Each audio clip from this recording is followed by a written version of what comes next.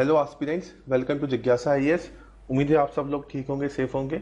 शुरू करते हैं आज की हमारी lamp series learning the art of MCQ problem solving. सबसे पहले देखते हैं कौन कौन से टॉपिक्स आज हम कवर करने वाले हैं। The first one is forest fire prevention and management in India, foundation for ecological security, bank board of bureau, swarm constellation mission, Char Dham परियोजना। इन सारे टॉपिक्स के बारे में डिटेल में पढ़ने के लिए आप हमारी वेबसाइट पर जा सकते हैं। वहाँ पर आपको इन सब के बारे में डिटेल इन्फॉर्मेशन मिल जाएगी। इनसे रिलेटेड एमसीक्यू हम फर्दर इस वीडियो में देखेंगे।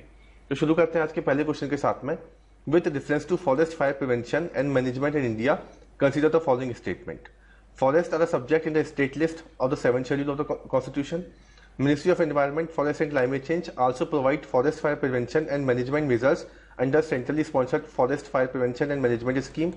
Fund allocated under FPM is uniform to all the states. Okay. अब देखिए अभी रिसेंटली न्यूज में क्यों, क्योंकि उत्तराखंड में फॉरेस्ट फायर सीजन है, वो अपने पीक पे पहुंच चुका है। ठीक है, तो फॉरेस्ट फायर को प्रिवेंट करने के लिए गवर्नमेंट ने क्या क्या मेजर लिए, उनसे रिलेटेड ये क्वेश्चन है। ओके, अब देखिए अगर आप इस क्वेश्चन में अगर ऑप्शन को एनालाइज करेंगे तो पहला ऑप्शन देखिए, forest are subject in the state list. Okay, यहाँ पे कंफ्यूजन हो सकता है। Second statement, ministry of environment, forest and climate change provided prevention and management measures under centrally sponsored. यहाँ पे कंफ्यूजन हो सकता है कि whether it is centrally sponsored और centrally sponsored.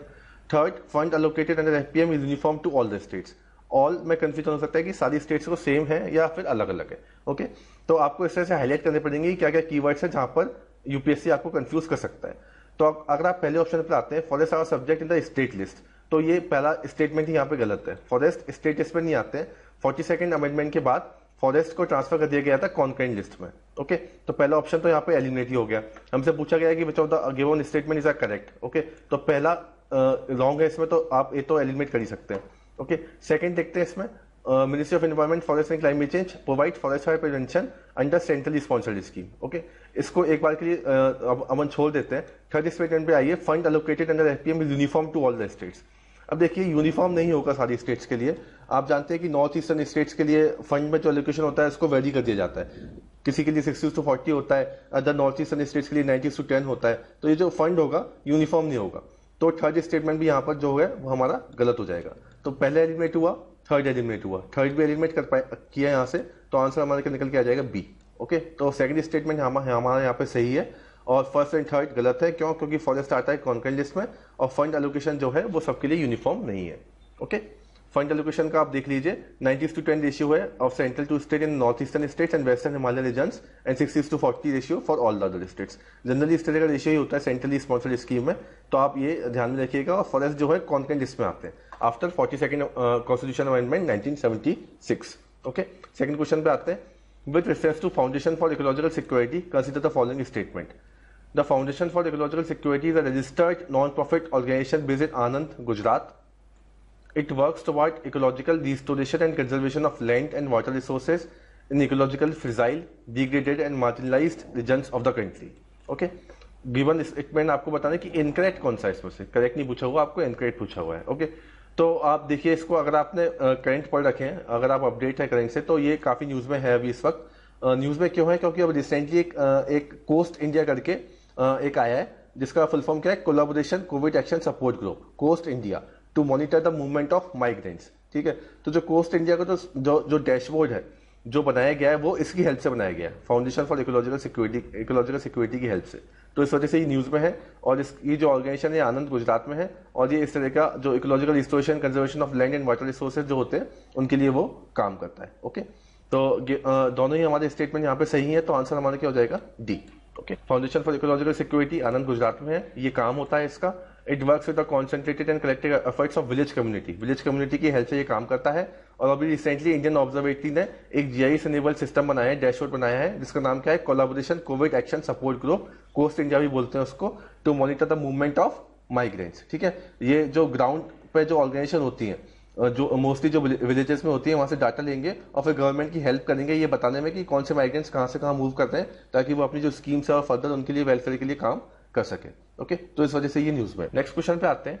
Consider the following statement about bank board of bureau, BBB के बाद में triple B, bank board of bureau.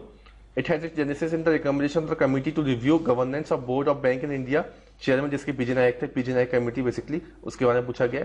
It is an autonomous body and recommendation are binding. Okay, ministry of corporate affairs take the final decision on the appointment in consultation with the prime minister office. अब देखिए इस तरह के question UPSC में काफी आते हैं, ठीक है। तो पहले तो आपको देखना पड़ेगा कि मिनिस्ट्री, यूपीएससी हमेशा मिनिस्ट्री में आपको कंफ्यूज करने की कोशिश करता है, तो एक तो ये कीवर्ड हो गया इसमें। दूसरा सेकंड स्टेटमेंट में आप आएंगे autonomous body recommendation of binding.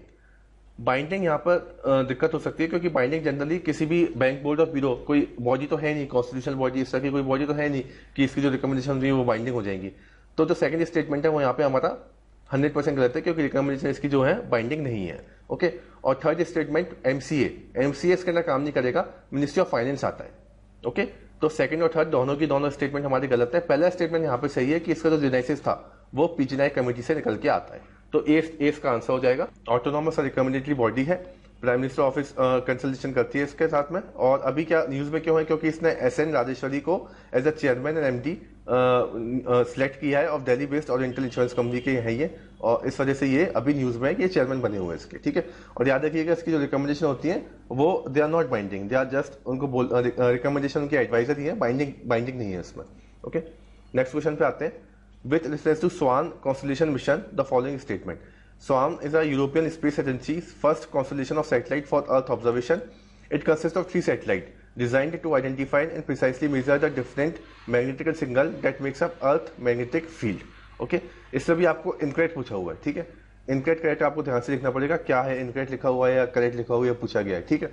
तो रिसेंटली अभी न्यूज में क्यों कि स्वाम कॉन्स्टेलेशन मिशन है, अभी रिसेंटली इसने क्या किया है, इसने weakening of earth magnetic field बताया है, ठीक है, कि अर्थ मैग्नेटिक फील्ड वीक हो रही है between Africa and south America, जिसको साउथ एटलांटिक एनोमली बोला जाता है, SAA, ठीक है। तो इस वजह से न्यूज में है और यहाँ पे दोनों ही स्टेटमेंट हमारे सही हैं, ठीक है, both the statement are correct, okay. तो इस वजह से ही न्यूज में है और इसके बाद में आप हमारी वेबसाइट पे जाकर करंट अफेयर्स पढ़ सकते हैं, वहाँ पे इसका एक्सप्रेशन भी दे रखा है, ओके। तो इसका आंसर डी हो जाएगा क्योंकि इनकरेक्ट पूछा हुआ था और रिसेंटली इसने अपडेट किया है development of south Atlantic anomaly. And what is south Atlantic anomaly?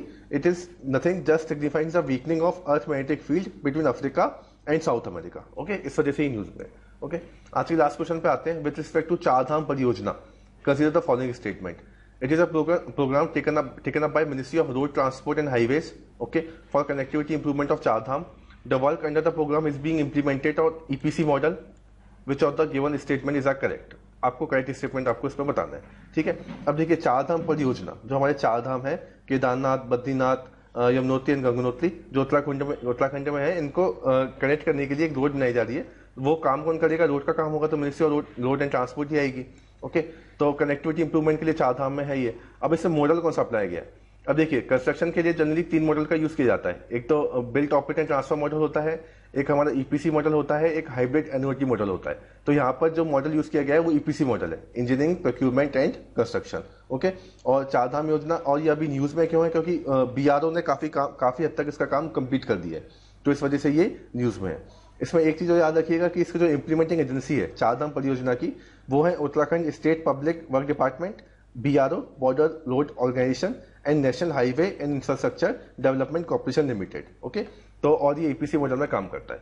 तो यहाँ पर हमारे दोनों स्टेटमेंट सही हो जाएंगे। और बीआरओ ने अभी कंप्लीट कर दिया इसका construction, around 440 metre long tunnel below the Chamba town on the Rishikesh Dharasu road highway, okay. तो ये हमारे आज के 5 क्वेश्चन थे। इसके अलावा अगर आप स्टैटिक के क्वेश्चन या सीसेट के क्वेश्चन करना चाहते हो तो हमारी वेबसाइट पर जा सकते हैं। आज के लिए इतना ही, ओके, थैंक यू।